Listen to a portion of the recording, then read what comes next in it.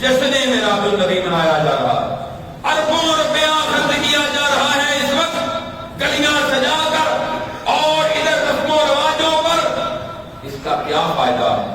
نبی کریم صلی اللہ علیہ وسلم اس کائنات میں تشریف لائے کہ آپ نے آ کے لوگوں کو بتایا ہے کہ میں کس ڈیٹ کو پیدا ہوا، یہ تو کنفرم ہی نہیں۔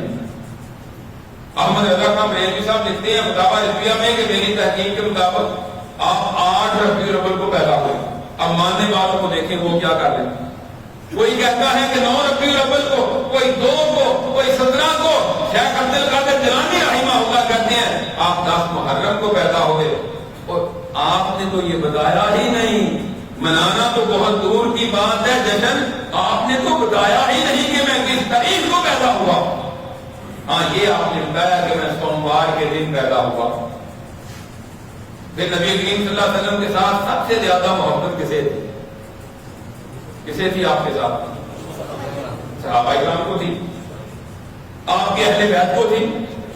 صحابہ کرام میں سے آپ دیکھ رہے ہیں سب سے افضل صحابی حضرت ابوبکر صدیق رضی اللہ تعالیٰ عنہ، آپ کا نبوت والا دورانیہ 23 سال ہے، 23 سالوں میں 23 مرتبہ تو یہ 12 ربیع الاول آیا ہے نا۔ آپ نے کسی ایک مرتبہ بھی صحابہ کو نہیں کہا جشن مناؤ، جھنڈیاں لگاؤ اور چراغ جلاؤ، موم بتیاں دیے یہ موجود ہوتے تھے، چراغ جلاؤ، آج میری ولادت کا دن ہے۔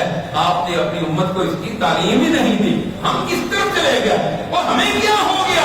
رسول اللہ جس کاموں کے لیے آئے تھے ہم نے ان کو چھوڑ دیا، نظر انداز کر دیا، اور ہم نے ایک نیا شعبہ کھول لیا۔ آپ کے بعد حضرت ابوبکر رضی اللہ عنہ کی خلافت میں 2 مرتبہ تو یہ دن آیا ہے نا، انہوں نے بھی نہیں کیا۔ حضرت عمر کی خلافت میں 10 مرتبہ دن آیا ہے، انہوں نے بھی نہیں کیا۔ حضرت عثمان کی خلافت میں 12 مرتبہ یہ دن آیا ہے،